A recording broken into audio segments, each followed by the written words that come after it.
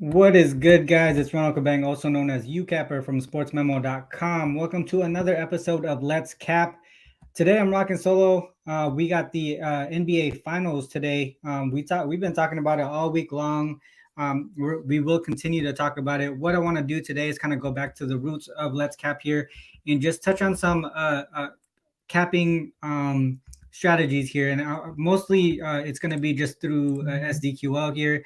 So what I want to do is just I'll bring up my screen here, bring up one of the sites that I use to pull information. This is podevs.com.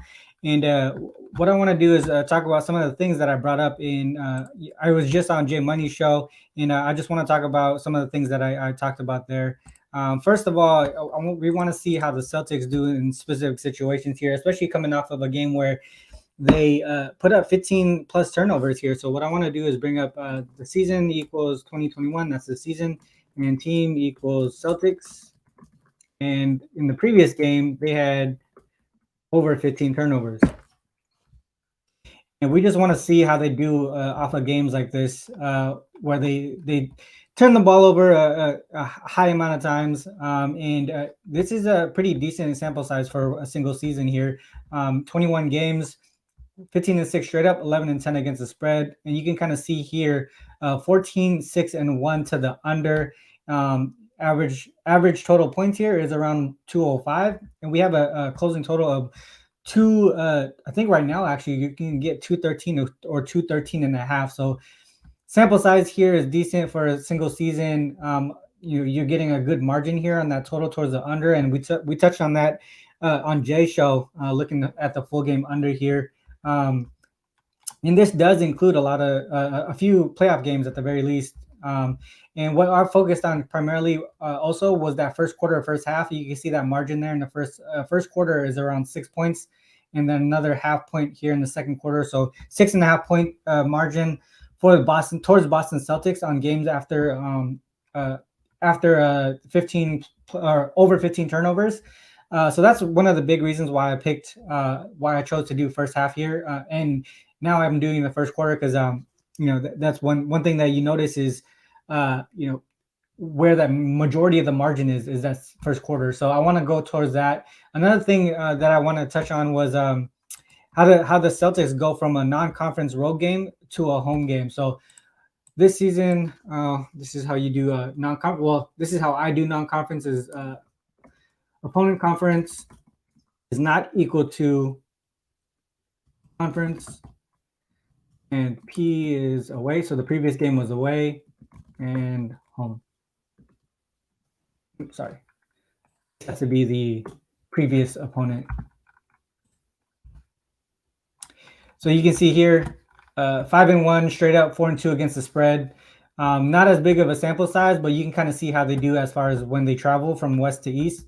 It looks like, from the total perspective, 3-3, 3-3 over and under.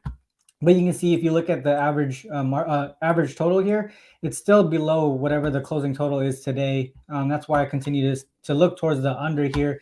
And if we look at the spreads, first quarter, first half, you can kind of see there. There's still that margin there, 3.5 here, or 3.8 ish, and then another 3.3 for the first half. So still getting a lot of support here for the first quarter, first half, and towards the under. You can kind of see this is one spot where the Celtics have struggled in the third quarter in this series. So this is one thing that I want to see, and if Boston can kind of correct the issues that they have coming out of the half from game 1 and game 2 here. Sorry, 1 second. The under trend worries me. I think Boston scores over 112. I mean, that's definitely possible. You can kind of see here, this is a spot where they can score. They score well at home, but from the spread perspective, it's a little bit different. You can see that huge margin there from the spread perspective. So this is a spot. I know Jay said he liked the trifecta here. I focus primarily in the first quarter, first half. Derek, I might touch on some MLB. Possibly, I do have some looks there. but I'll just continue going with the NBA here. And if we, so I looked a couple pieces towards the Celtics side, and now I want to look towards the Warriors. A couple things that I brought up is another the travel issue, right? How did the Warriors do from going from a home game to a non-conference road game? So we're going to do the opposite here of what we just did for the Celtics.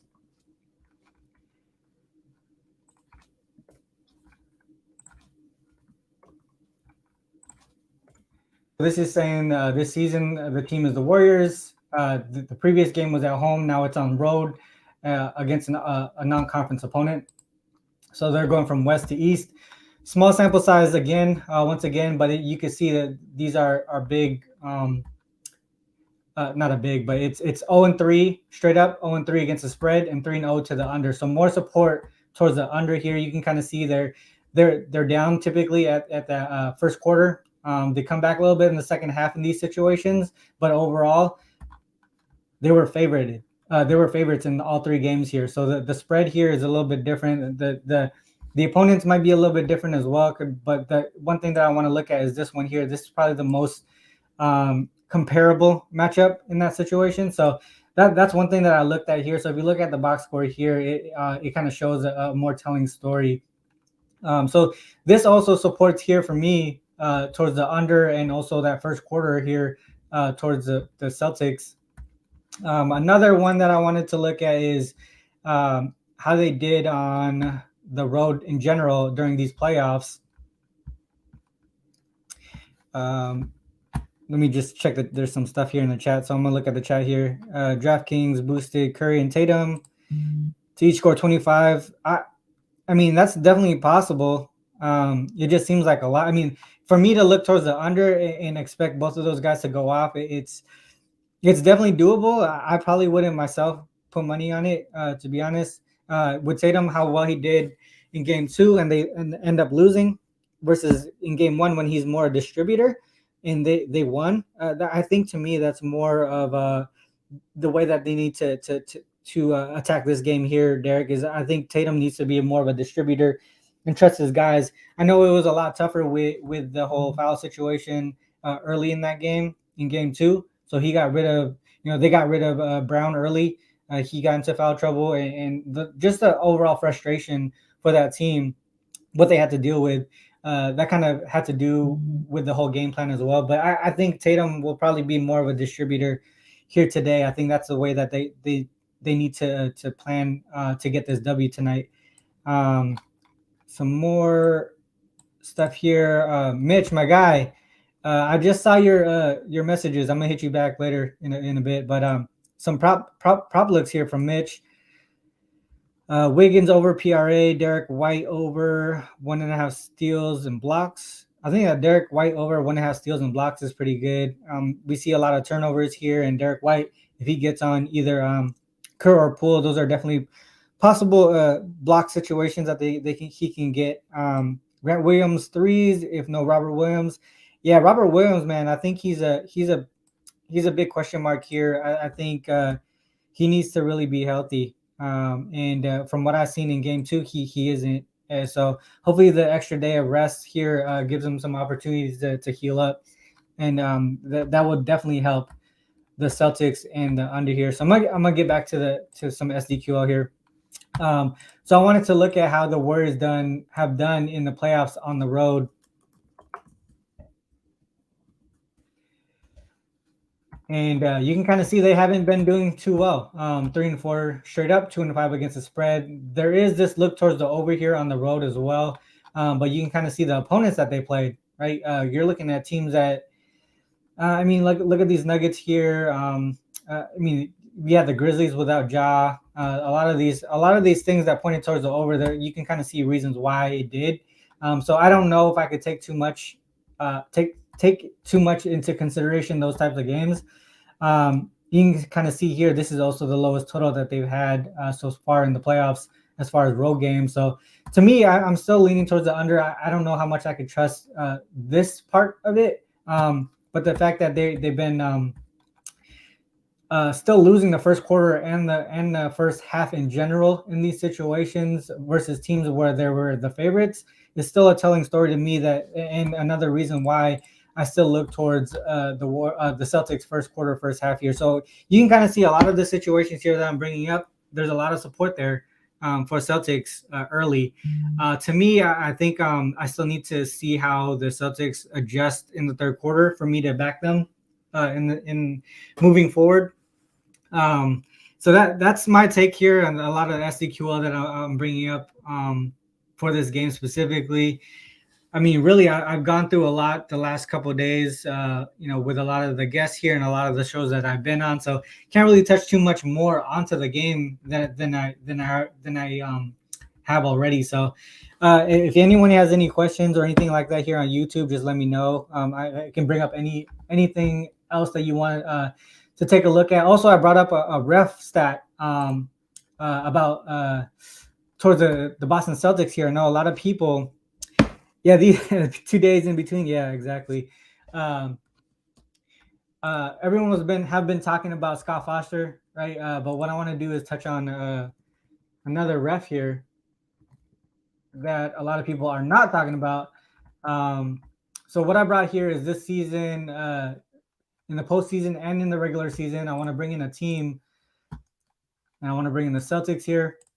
This is pulling in spread information now. So this is Boston Celtics postseason, regular season. This season, I want to bring in the officials here. First person you see is David Guthrie, who is reffing tonight. You can kind of see right away 8-0 against the spread towards Boston this season and towards the regular season. So we talk a lot about Scott Foster, but for the Boston backers here, we're really happy to see David Guthrie. So that's one thing to note that I wanted to mention as well with the reffing, from the reffing standpoint. Coming back to these comments here. Mitch, questions for MLB strikeouts if you want. Got a minute? Yeah, let me know, guys. Just drop any questions in the chat here. Derek, any player props you are targeting tonight? I want to take a look at some unders here. I mean, obviously, I like the under in this game, so I want to look at some unders. For me, primarily the numbers that player that I'm targeting here. Goon Guthrie likes the Boston, yes sir. The players that I'm targeting here are players that I think are going to have a negative effect based on the reffing, the officiating. I think Draymond got away with a lot of things in game 2, so I'm expecting the refs to really target the adjustments in officiating towards Draymond. So we can possibly see Draymond get into foul trouble early, and that's going to affect his numbers here. And that also is going to trickle onto other teammates, right? So we're going to see a lot of the ball movement in the assists that Draymond loses go to other players. So that's going to be towards guys like Otto Porter or guys who you think is going to move in that direction to play his role. Maybe even Wiggins might play that role a little bit, depending on how the game flow goes. But that means we're also going to see a lot of rebounds come towards some other folks as well. So maybe under towards the point props and over towards rebounds and assists towards specific players. But to me, I'm not a huge prop guy here. Let's look at this MLB here. I think we touched a lot on the NBA. So I'm gonna bring up Spodevs is one of the sites I use a lot for baseball to get quick stats here. So we're looking at Miami, the Marlins here against the Nationals. You want to take Alcantara over K props? All right, so let's bring up some information here. What is his number at, Mitch? What is his K props number at? Derek, I actually have some looks on that. I actually like the Blue Jays run line here. You can get them at plus 115. Yankees money line is never a bad thing here. You probably want to. It's probably really juiced. I haven't looked too much towards the money line there just because of the juice. But if you can like parlay something with it, that's probably something that could help. Or you can look at a different angle, maybe a points prop. A run prop on the run team total. Maybe that might be a way to look there as well. Mitch is 5.5. So Alcantara, you can see his strikeouts here. Man, 5.5 seems pretty low. So Alcantara, he pitches pretty deep into the game here, and you have a Nationals team that is hitting pretty solid on the road as well. I mean, 7.38 is not a high number to look at as far as strikeouts go. So you can kind of tell right now the Nationals don't strike out a lot. That's probably the reason why we're seeing a lower number here, and a high number, even though he's averaging a high strikeout rate in his games. Last 3 games, 9.67. There's probably a situation here, to be honest, Mitch, that it regresses a little bit, right? Because you're kind of seeing a high number here. His average is 6.45 strikeouts per outing. And then you see a low total of 5.5 against a team that doesn't strike out a lot. That is kind of a sketch here. Can you check last 5 for Washington? Yeah. So that's a good take right there. 8.8 against righties. So that's going back up a little bit. So hey, you know what, man? That is not a bad look, especially if you were able to get it at plus money earlier at plus 104, and you already see it going up to minus 116. That might be a good look, Mitch. I can't knock that one. Tampa Bay Rays money line looks interesting. What did I have on that one? I actually didn't have anything on this game at all, but I did like the Blue Jays run line. And I don't think that let's actually go to that game real quick.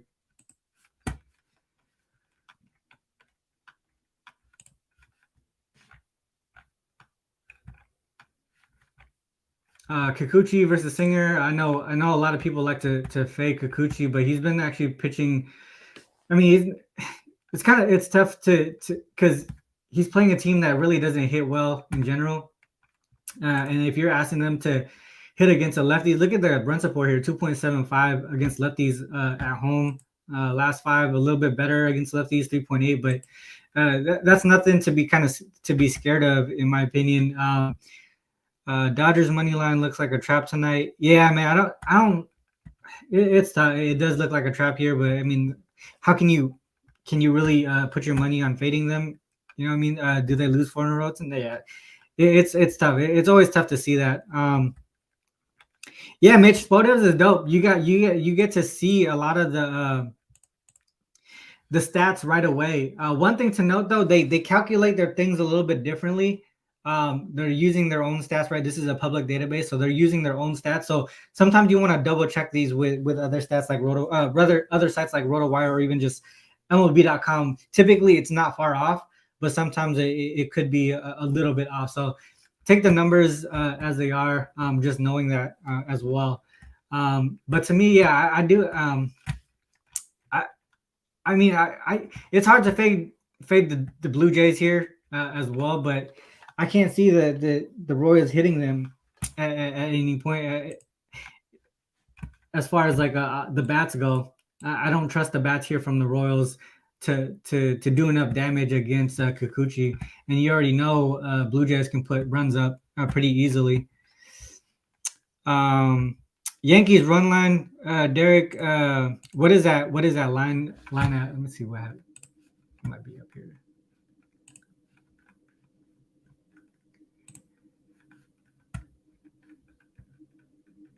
Yankees run line at yeah, that's actually not bad actually for that's pretty cheap. Minus 113, minus 115. You can get minus 105 too. If you're line shopping, make sure you guys line shop here. Yeah, I mean that's not a bad look. I'm probably gonna stay away from. I just realized Toronto and Blue Jays and Royals are already started. But yeah, I think as far as that game goes, the Yankees run line, that's not a bad look here. I mean, the Yankees probably the best team in the league right now, as far as how they've been playing recently. So I can't knock that, especially if you can get a price like that. I think. I don't know. Did you already play Derek? I mean, that to me, that's not a bad look at all. I do like the Padres again today.